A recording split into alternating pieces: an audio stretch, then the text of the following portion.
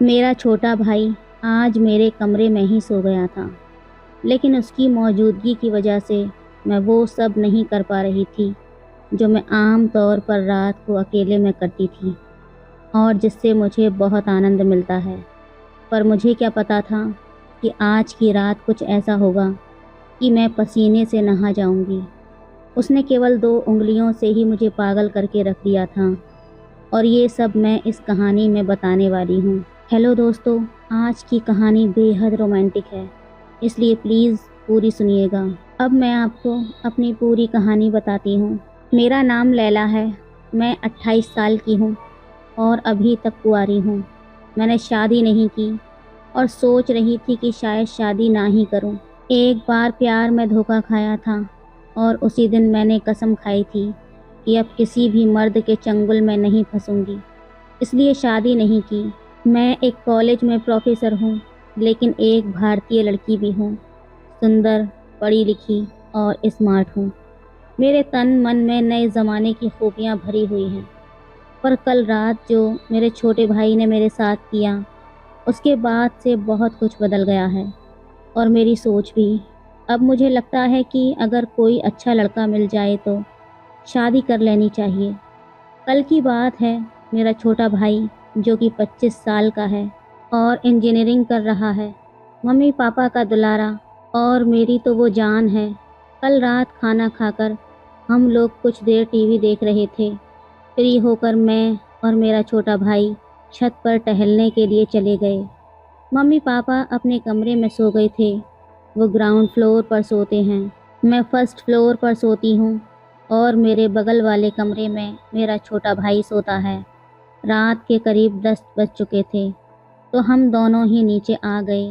वो मेरे कमरे में आकर बोला, दीदी अभी नींद नहीं आ रही, चलो कुछ बातें करते हैं। हम दोनों ही बेड पर लेट कर बातें करने लगे। बीच बीच में वो अपने मोबाइल से खेल रहा था और मैं भी अपने मोबाइल पर लोगों की डीपी देख रही थी। तभी ज़ोरों की बारिश होने लगी। हमें दोनों को ही बारिश बहुत पसंद है और हल्की हल्की ठंडी हवा भी चल रही थी। बारिश के मौसम में जब हवा चलती है तो बेहद अच्छी लगती है। थोड़ी देर में वो सोने लगा। मैंने कहा, भाई जा अपने कमरे में, तुझे नींद आ रही है। वो नखरे दिखाने लगा। दीदी तंग मत करो ना प्लीज़। ऐसा कहकर उसने अपनी आंखें बंद कर लीं और फिर 4-5 मिनट के अंदर ही गहरी नींद में सो गया। मुझे लगा अब क्या उसे उठाना, सोने ही देती हूँ। मैं उठी और बाथरूम गई और अपने कपड़े तब्दील किए क्योंकि मुझे टाइट कपड़ों में नींद नहीं आती। फिर मैं आकर बिस्तर पर लेट गई और मोबाइल पर कहानियाँ पढ़ने लगी। आजकल बहुत ही बढ़िया नॉवेल्स पढ़ने को मिल रही हैं। मेरा भाई तो सो गया था और मैं वो सब नहीं कर पा रही थी जो आम तौर पर अकेले में करती हूँ जब मैं अकेली सोती हूँ।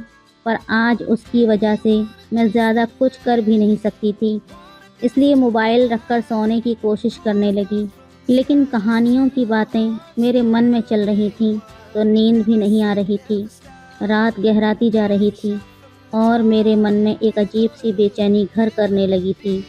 नींद तो जैसे मेरी आंखों से कोसों दूर थी और दिमाग में वही कहानियाँ घूम रही थीं जो मैंने सोने से पहले पढ़ी थीं। उस कहानी ने मेरे अंदर एक अजीब सी हलचल मचाकर रख दी थी और मैं अपने आप को शांत नहीं कर पा रही थी। पास में ही मेरा छोटा भाई सो रहा था और उसकी मौजूदगी ने मुझे और भी ज़्यादा उलझन में डाल दिया था। अगर वो ना होता तो मैं शायद खुद को उस कहानी का हिस्सा बना लेती और वो सब करती जो मुझे रात के अंधेरे में अकेले करने में आनंद आता है। लेकिन आज की रात कुछ अलग थी। मैं अपने ही ख्यालों में खोई हुई थी जब अचानक भाई ने करवट बदली और सीधा हो गया। मेरी नज़र अचानक ही उस पर पड़ी और जो कुछ मैंने देखा उसे देखकर तो मेरे पैरों तले ज़मीन ही खिसक गई। भाई ने बहुत ही पतली पैंट पहनी हुई थी और उसी की वजह से मुझे ऐसा कुछ नज़र आ गया था जिसे देखकर किसी को भी शर्म आ जाए। पर मेरी हालत तो और भी अजीब थी। शर्माना तो दूर, मैं तो अपनी नज़रें उस पर से हटा ही नहीं पा रही थी। मन में अजीब सी कशमकश चल रही थी। एक तरफ मैं खुद को काबू में रखने की कोशिश कर रही थी और दूसरी तरफ मेरे अंदर की बेचैनी बढ़ती ही जा रही थी। सच कहूँ तो अब मुझसे सहा नहीं जा रहा था। हर पल ऐसा लग रहा था कि अगर मैंने खुद को नहीं रोका तो कुछ ऐसा हो जाएगा जिसे रोक पाना नामुमकिन होगा। मेरे दिल की धड़कनें अब तेज़ हो गईं और मन में डर समा गया। अगर कुछ हो गया तो भाई मेरे बारे में क्या सोचेगा? उसकी निगाह में मैं कैसी दिखूंगी? उन सवालों ने मुझे और भी असहज कर दिया था। लेकिन दूसरी तरफ मेरे मन की एक गहरी चाहत मुझे बार बार उस दिशा में धकेल रही थी कि जो कुछ मेरे मन में चल रहा है उसे मैं पूरा कर लूं। मेरे अंदर की जद्दोजहद अब चरम पर थी। हर पल मैं खुद से लड़ रही थी, लेकिन कहीं न कहीं मन के किसी कोने में एक कहानी फिर से उभरने लगी थी और उसकी वजह से मेरी इच्छाएं और भी ज़्यादा बढ़ रही थीं। अब सवाल था कि क्या मैं अपने आप को इस आग में बचा पाऊंगी या फिर वो आग मुझे अपने शिकंजे में कस लेगी। रात का माहौल पहले ही अजीब था और फिर भाई का फ़ोन बजने लगा। शायद व्हाट्सएप पर किसी ने मैसेज किया था। फ़ोन मेरी ही साइड में ही रखा हुआ था क्योंकि भाई ने उसे चार्जिंग पर लगा दिया था। सोने से पहले भाई तो नींद में डूबा हुआ था, लेकिन फ़ोन पर लगातार मैसेज आ रहे थे और उसकी आवाज़ से मेरी बेचैनी और भी ज़्यादा बढ़ गई। मैंने सोचा कि फ़ोन साइलेंट कर देती हूँ ताकि आवाज़ बंद हो जाए, लेकिन साथ ही मेरे मन में ये सवाल भी उठ रहा था कि इतनी रात को कौन उसे मैसेज कर रहा होगा। मुझे भाई के फ़ोन का लॉक मालूम था, इसलिए बिना किसी हिचकिचाहट के मैंने फ़ोन अनलॉक किया। जैसे ही मैंने स्क्रीन पर देखा तो पाया कि उसका एक दोस्त उसे कई वीडियो भेज रहा था। मन में एक अजीब सी उत्सुकता जाग उठी कि आखिर ये वीडियो किस बारे में है। मैंने सोचा क्यों ना एक बार देख ही लूँ कि इनमें क्या है। जैसे ही मैंने वीडियो चालू की, मेरी तो आंखें फटी की फटी रह गईं। बाप रे! मैं तो पूरी तरह से हिल कर रह गई थी। भाई ऐसी वीडियो देखता है? ये क्या हो रहा है? मेरे दिमाग जैसे ठहर सा गया। उस वीडियो में जो कुछ दिखाया जा रहा था वो मैं बिल्कुल भी उम्मीद नहीं कर रही थी। पर जैसे ही एक वीडियो ख़त्म हुई, मेरे अंदर बाकी वीडियो देखने की लालसा जाग उठी थी। मैंने बिना सोचे समझे अगला वीडियो पर क्लिक कर दिया। एक के बाद एक सारी वीडियो देख डाली। हर वीडियो ने मेरी हालत और भी ज़्यादा ख़राब कर दी थी। मुझे समझ ही नहीं आया कि मैं ये सब क्यों देख रही हूँ। मुझे ये इतना अच्छा क्यों लग रहा है, लेकिन फिर भी रुक नहीं पा रही थी। मेरे हाथ तो कांप रहे थे, पर मेरी नज़रें स्क्रीन से हटने का नाम नहीं ले रही थी। हर बीतते पल के साथ मेरी बेचैनी बढ़ती ही जा रही थी। मैं खुद से जूझ रही थी, ये क्या कर रही हूँ? ये सवाल बार बार मेरे दिमाग में गूंज रहा था। लेकिन सच कहूँ तो अब मैं खुद पर काबू खोती जा रही थी। वो वीडियो मेरे अंदर की आग को और भी ज़्यादा भड़का रही थी।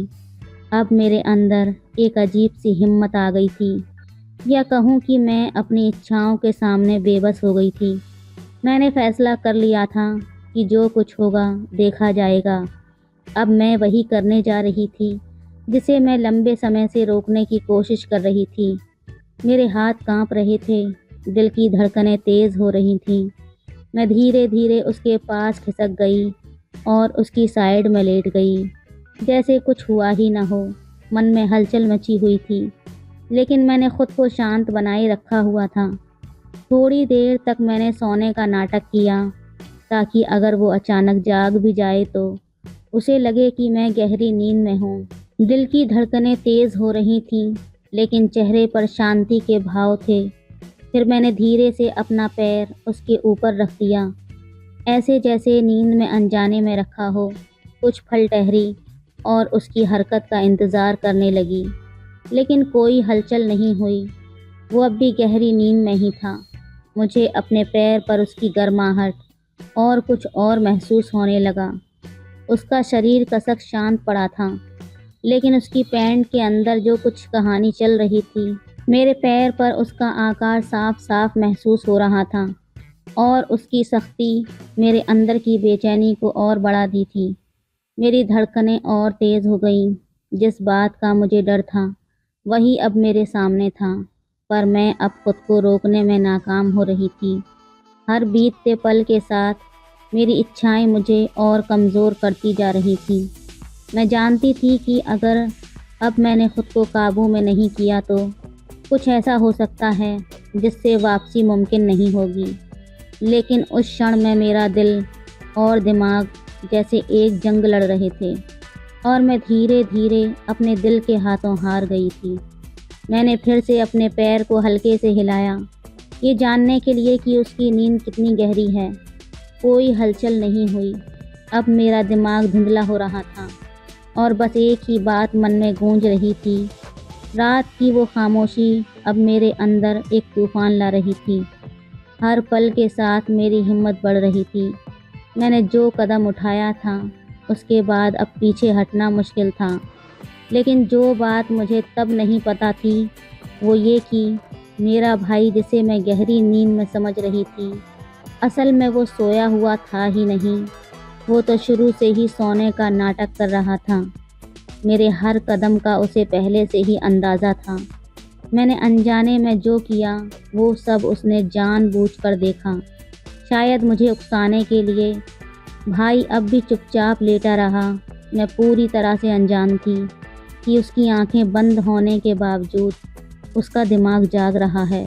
मेरे दिल में हलचल मची थी, लेकिन उसकी हरकत न देखकर मैं आगे बढ़ने के लिए और भी उत्साहित हो गई थी। लेकिन ठीक उस पल जब मैं कुछ और करने वाली थी, उसने अपनी आंखें खोल लीं। मेरे दिल की धड़कन जैसे रुक सी गई। क्या वो जाग गया? जैसे ही ये एहसास हुआ, मैंने तुरंत अपनी आंखें बंद कर लीं और सोने का नाटक करने लगी। पर मेरे दिल में घबराहट और बेचैनी साफ महसूस हो रही थी। मैं जानती थी कि मैंने खुद को बड़ी मुश्किल में डाल लिया था, लेकिन अब जो होने वाला था उसके लिए मैं बिल्कुल तैयार नहीं थी। भाई ने मुझे उस हालत में देख लिया था।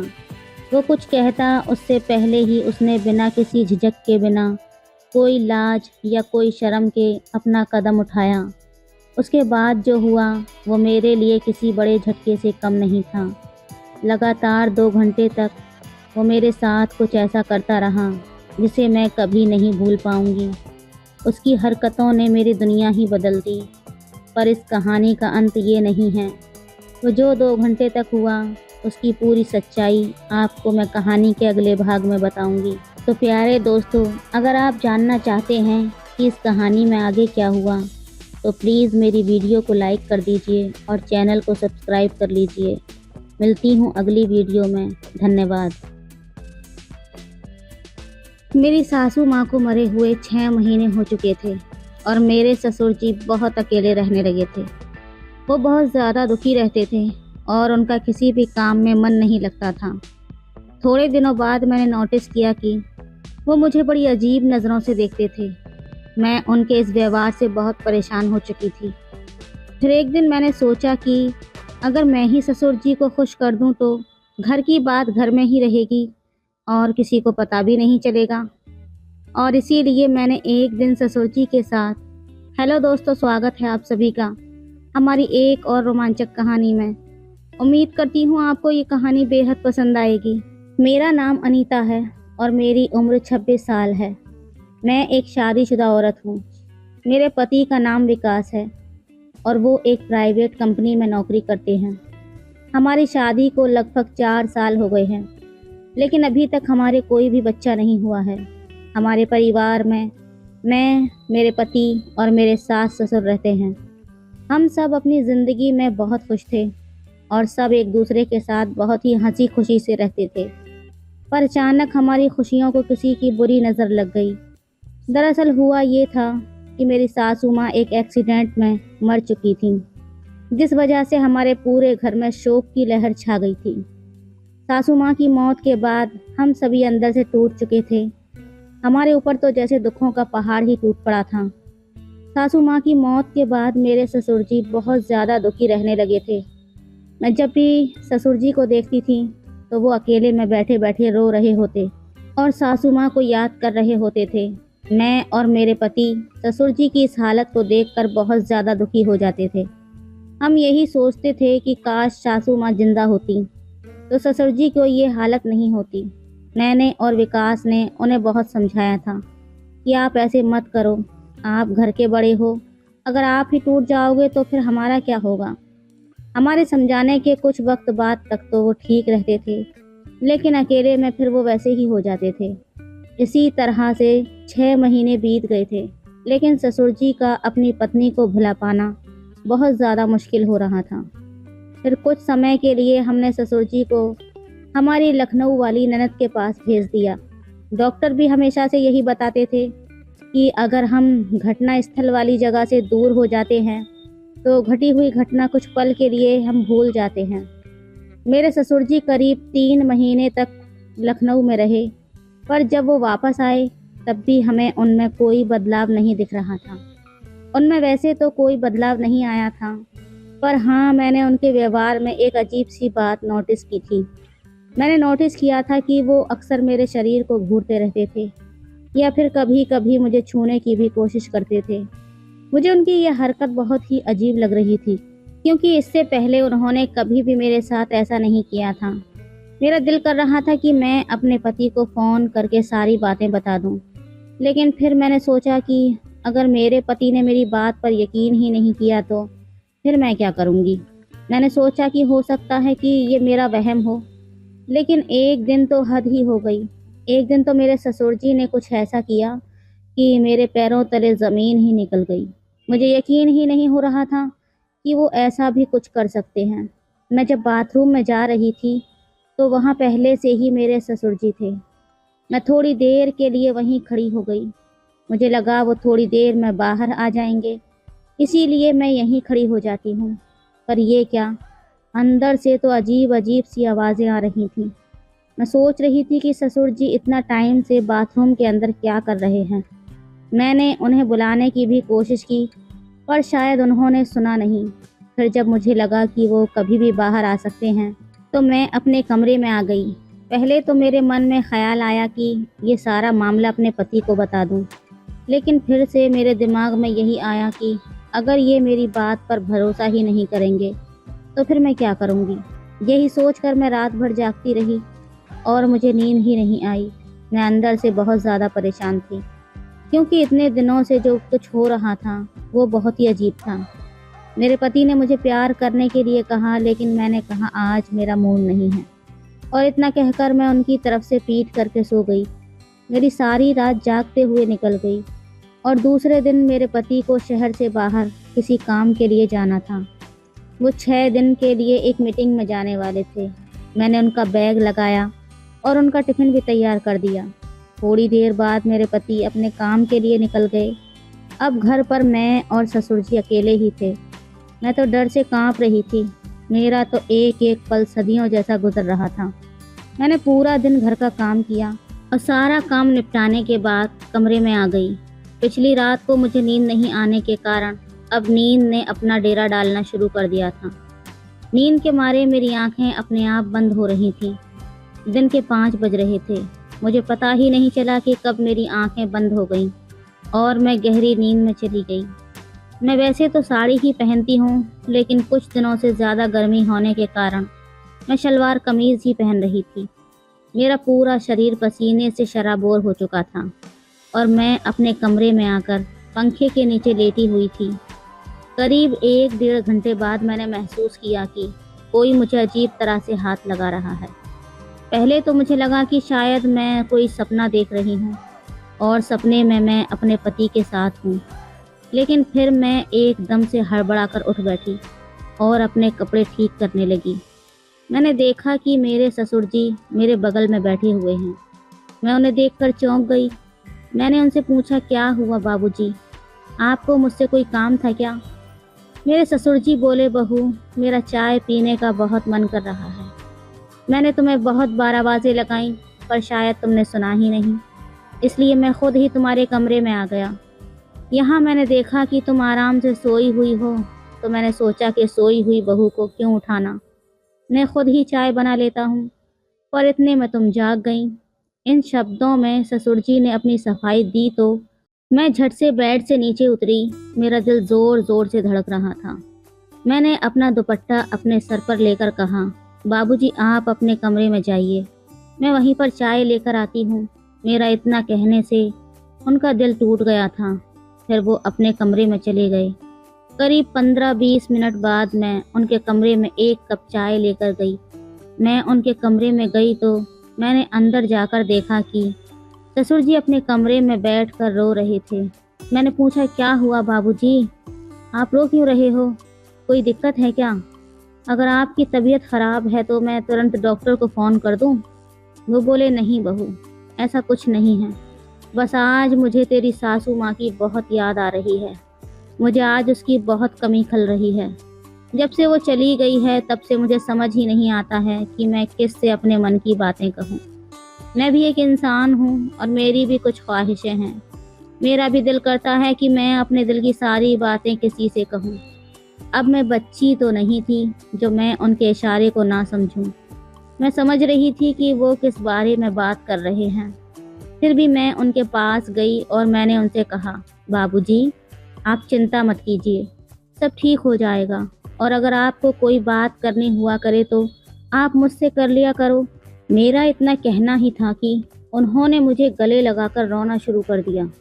मुझे तो बड़ा ही अजीब लग रहा था और मेरे मन में तरह तरह के ख्याल आ रहे थे, पर फिर भी मुझे उन पर बहुत दया आ रही थी। और ससुर जी की इतनी उम्र भी हो चुकी थी कि हम उनकी दोबारा शादी भी नहीं करा सकते थे। अगर हम उनकी दूसरी शादी करा भी देंगे तो हम किसी को मुंह दिखाने के लायक भी नहीं रहेंगे। हमें समाज से बर्खास्त कर दिया जाएगा। इससे तो बेहतर यही है कि घर पर ही ये समस्या का कोई हल निकाला जाए। एक बार तो मेरे मन में आया कि अगर मैं ही ससुर जी को खुश कर दूं तो किसी को पता भी नहीं चलेगा और घर की बात घर में ही रहेगी।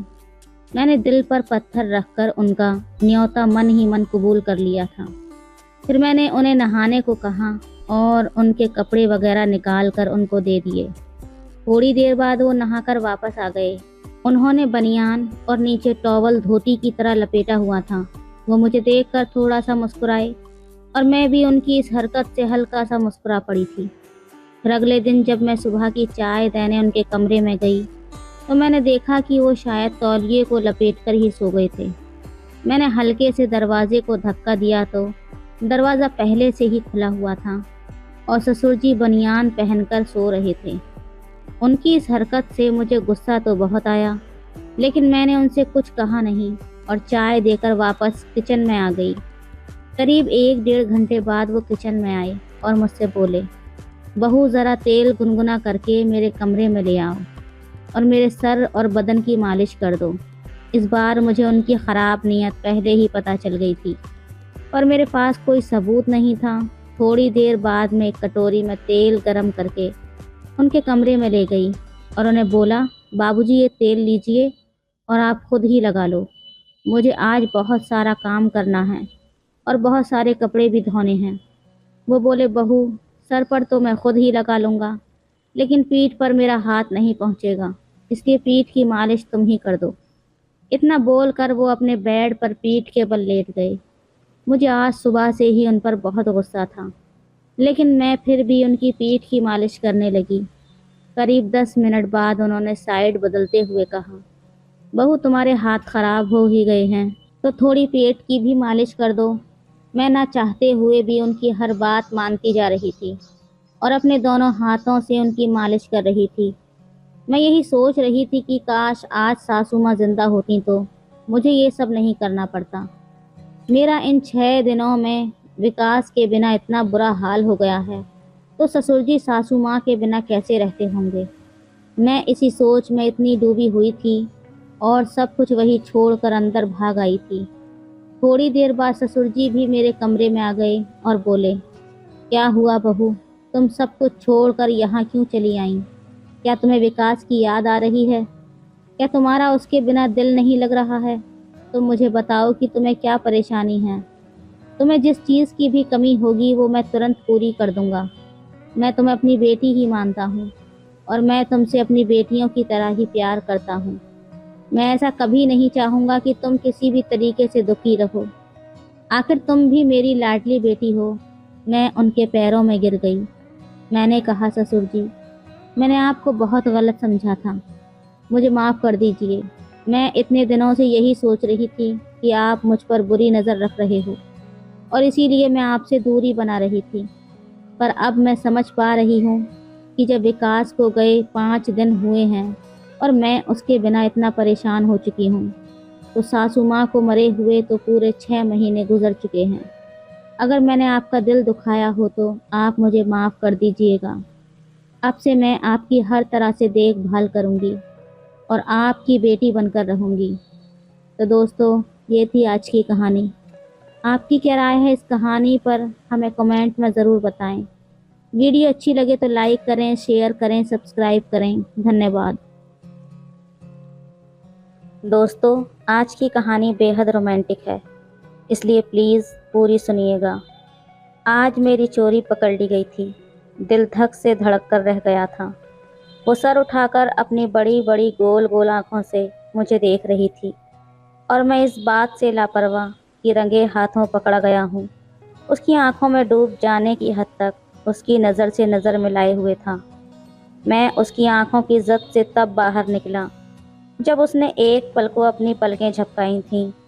उस समय मेरी आंखें उसके गुलाबी होठों और उसके संगे मरमरी गर्दन की राह से फिसलकर उसके उस जादुई हिस्से पर ठहर गईं, जैसे उठी हुई चोटियों ने किसी पर्वतारोही का रास्ता रोक दिया हो। इस समय वो ऊपर की तरफ देख रही थी, इसलिए यूं लगा कि किसी परी के ऊपर 2 उजले कबूतर बैठे हैं जो बस पंख फड़फड़ाकर उड़ना चाहते हैं। मेरी आंखें उन उजले कबूतरों के जोड़े में ही उलझी हुई थीं कि उसने मेरी आंखों की शरारत को पहचान लिया था और अगले ही पल अलगनी पर टंगे तौलिए से उसने अपने बदन को ढक लिया था। उस समय मुझे यूं लगा जैसे कबूतर किसी शिकारी की आहट पर अपने दरबे में दुबक गए हों। दुबक तो मैं भी गया था। 16 साल के मेरे मन ने समझ लिया था कि तूफान आएगा और इसी तूफान के डर से मैं तमाम दिन डरा सहमा अपने कमरे में दुबका रहा। दिन ढल के शाम हो चुकी थी पर तूफान ने अब तक दस्तक नहीं दी थी। रात का अंधेरा अब पूरी तरह छा चुका था। मैंने देखा कि वो दीदी के साथ घर आ गई थी। सच पूछो तो मैं उसका इंतज़ार भी करता था। इंतज़ार तो आज भी कर रहा था, पर उसे देखते ही मेरा दिल धड़क गया था। ट्यूबलाइट की दूधिया रोशनी में उसकी पहनी हुई सफ़ेद उजली शर्ट उसकी गोरी रंगत में 4 चांद लगा रही थी और रात के अंधेरे की कालिमा उसकी पहनी हुई काली शलवार से आंखें लड़ाकर उसकी जुल्फ़ों की काली रंगत से इजाफा कर रही थी। ऋषि, ज़रा एक गिलास पानी तो पिलाना। जब उसने ये कहा तो मेरा ध्यान टूटा। पानी देते समय जब उसकी उंगलियां मेरे हाथ से टकरा रही थीं, तब मेरे दिल में ये सोच बुलंदी पर थी कि अब वो मेरी दीदी के सामने ही मुझसे मेरी चोरी का जिक्र करेगी। पर उसने ऐसा नहीं किया और थोड़ी देर में वो चली गई। बीए फाइनल ईयर के एग्ज़ाम देकर वो अपने मामा के घर गर्मियों की छुट्टियां बिताने आई थी।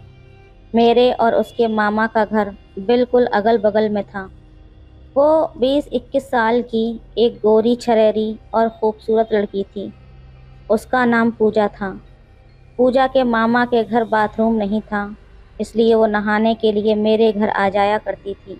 एक दिन जब वो बाथरूम में थी, मैं अपने बेचैन दिल के साथ टहलते हुए छत पर पहुंच गया।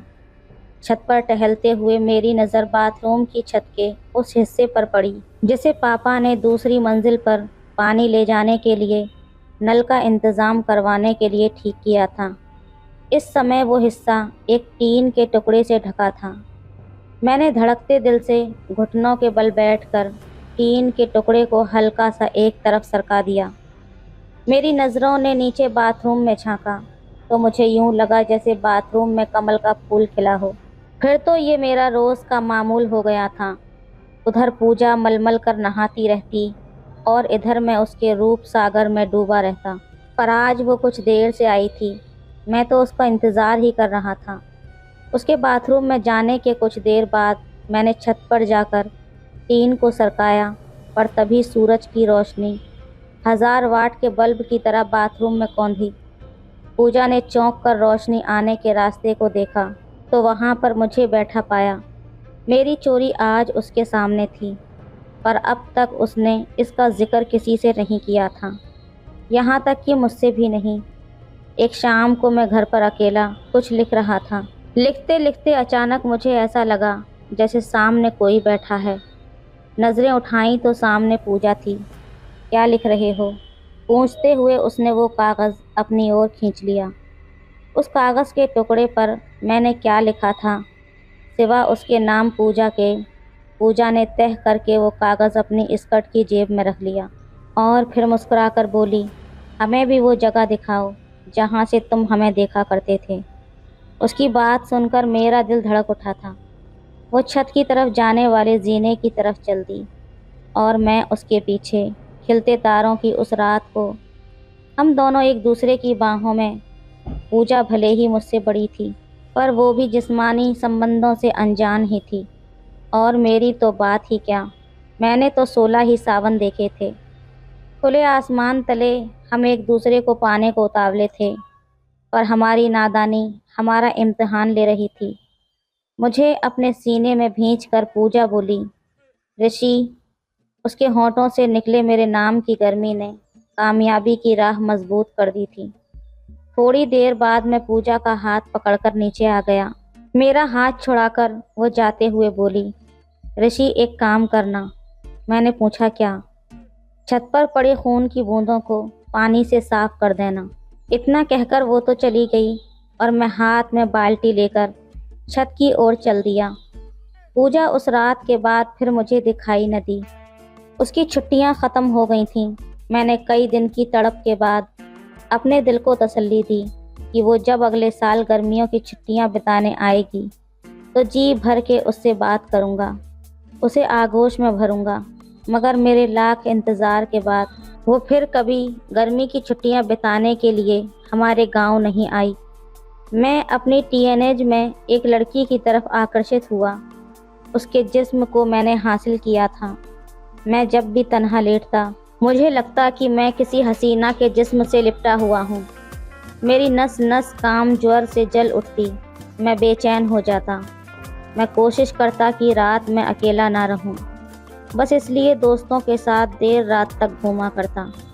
ऐसे ही एक रात मैं पास के एक गांव की महफिल में पहुंच गया, जहां तवायफें अपने हुस्न के अजब समा बांध रही थीं। लोग उनके थिरकते कदमों की लय पर वाह वाह कर रहे थे। मेरी नज़र भी ऐसे ही थिरकते एक जोड़े पाँव पर टिक गई थी।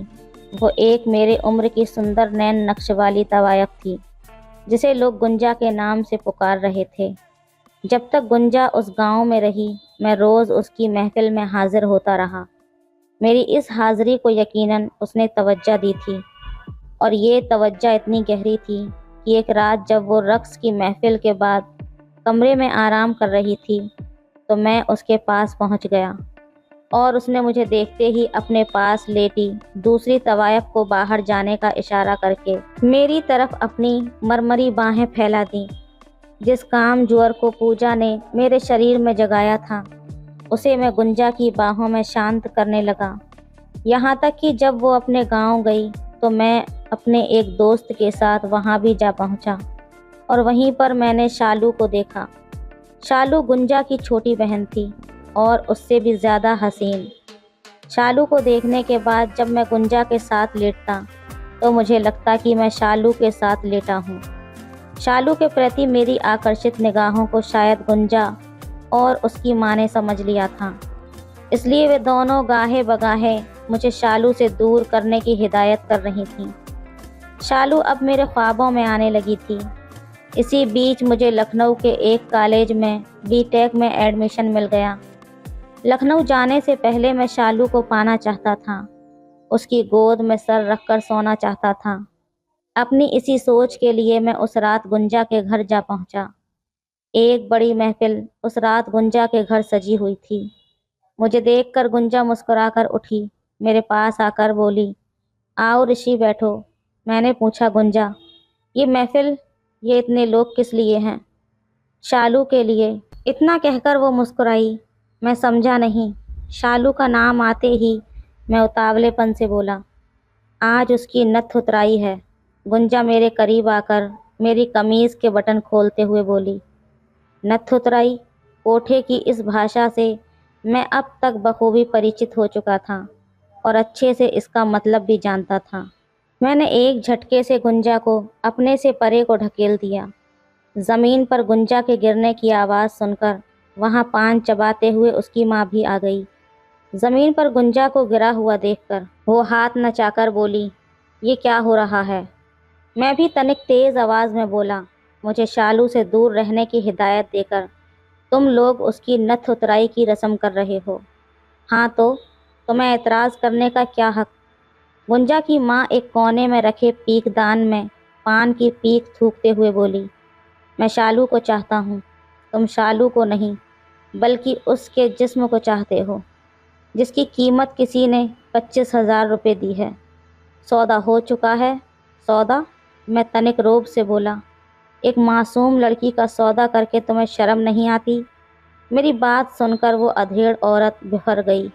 न जाने कितनी बातों की बौछार उसने मुझ पर कर दी। बस मुझे उसकी आखिरी बात याद रही, दफ़ा हो जाओ यहाँ से। तुम्हारे जैसे लोग यहाँ आकर घुटनों पर बैठकर हमारे पैर चूमते हैं। वहाँ से निकलते हुए मैंने कहा, तुम्हारे पैर चूमे हमारा जूता। मेरी बात सुनते ही वो दहाड़ कर बोली, एक दिन किसी हम जैसी के पैर तू भरी महफिल में छुएगा। उस दिन मुझे याद करना। वो चिल्ला रही थी। उसके वो शब्द पिघलते हुए शीशे की तरह मेरे कानों में उतर रहे थे। मैंने पलटकर भी नहीं देखा और तेज़ कदमों से मैं वहाँ से चला गया। लखनऊ शहर ने मेरे जवान होते जिस्म में अंगड़ाई भर दी थी।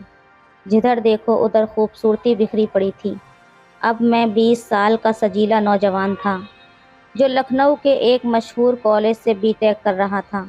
मैं पढ़ने में तो बचपन से ही होशियार था और इसी वजह से क्लास में मेरी धाक बैठ गई थी। लड़के और लड़कियां सब मेरी तरफ आकर्षित थे, पर मैं सिर्फ लड़कियों की तरफ आकर्षित था। जब खूबसूरत लड़कियां स्लीवलेस टॉप और स्किन टाइट जीन्स पहनकर खूबसूरती की गुड़िया बनकर मेरे सामने आती और होंठों पर मुस्कान लाकर हाय ऋषि कहती, तो मेरा दिल बल्लियों उछल जाता। मेरे मन और शरीर में जो जुअर पूजा ने भरा था वो ना तो उतरा था और ना ही गुंजा और उसकी माँ का दिया हुआ दर्द कम हुआ था, बल्कि यूं कहें तो और ज़्यादा उफंड गया था। लगातार 2 साल तक क्लास में टॉप आकर मैंने अपनी धाक पूरे कॉलेज में बैठा ली थी। अब न सिर्फ मेरी क्लास की बल्कि पूरे कॉलेज की कई लड़कियां मेरी दोस्त थीं। उनमें से कई लड़कियां अपनी मर्जी से तन्हाई में मेरे करीब आकर मेरे साथ हम बिस्तर हुई थीं। वो खिलते गुलाब के ताज़ा फूल की तरह थीं। मुझसे 2 साल जूनियर संध्या चौधरी उस खिलते गुलाब के आसपास मैं अपनी आदत के मुताबिक मंडराने लगा था। बहुत जल्द मैंने संध्या से अपनी दोस्ती और फिर प्यार का इजहार किया, जिसे उसने शर्मा कर कबूल कर लिया था। हाँ, ये सच था कि मुझे संध्या से प्यार हो गया था और जल्द ही हमारे प्यार के अफसाने सारे कॉलेज में चर्चा की बात हो गए थे। संध्या भी अपना पूरा प्यार मुझ पर उड़ेल रही थी और ये उसके प्यार का ही असर था कि मैं अब उससे मिलने के बाद किसी दूसरी लड़की के साथ बिस्तर पर नहीं गया था। भले ही संध्या ने मुझे प्यार सिखा दिया हो, पर मेरे जिस्म को दिया गया पूजा का जुअर उतरा नहीं था और इस जुअर ने उस दिन अपना असर दिखाया जब संध्या दोपहर की तन्हाई में मुझसे मिलने मेरे कमरे पर आई थी। आज उसने ब्लैक कलर के रंग का कुर्ता पहना हुआ था जिस पर रेड कलर के गुड़हल की पत्तियों की तरह बनावट थी और उस कुर्ते के नीचे सफ़ेद शलवार। उसका गोरा बदन इस लिबास में उबल उबल पड़ रहा था।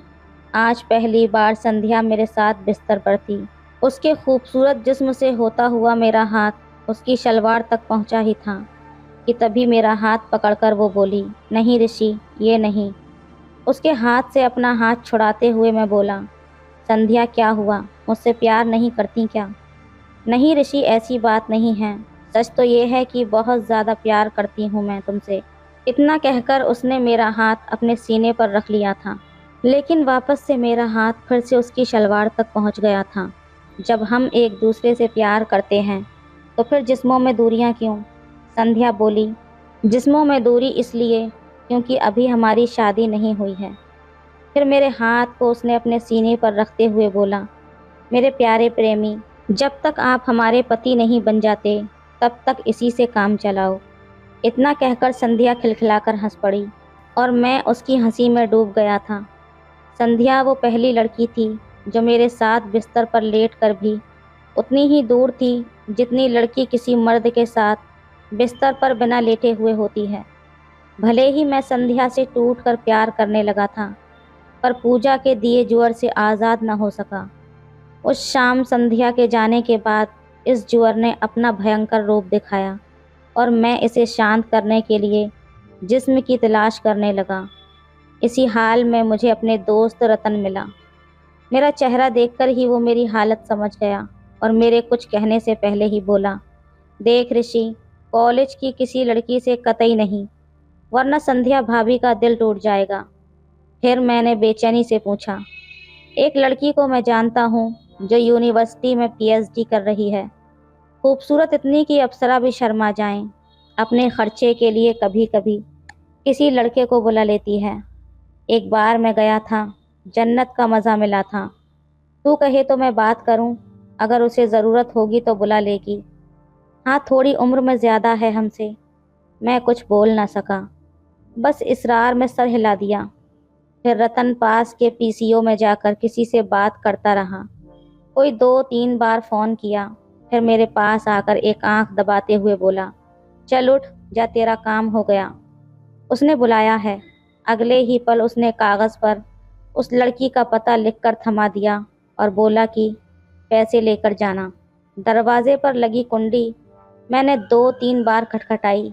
उसके बाद जब दरवाज़ा खुला तो एक सांवली सी ठिगनी लड़की मेरे सामने खड़ी थी, होंठों पर सवाल लिए, किससे मिलना है? जी जी, मैं हकला कर रह गया। वैसे भी सामने खड़ी लड़की को देखकर मैं मन ही मन रतन को 1000 गालियां दे चुका था।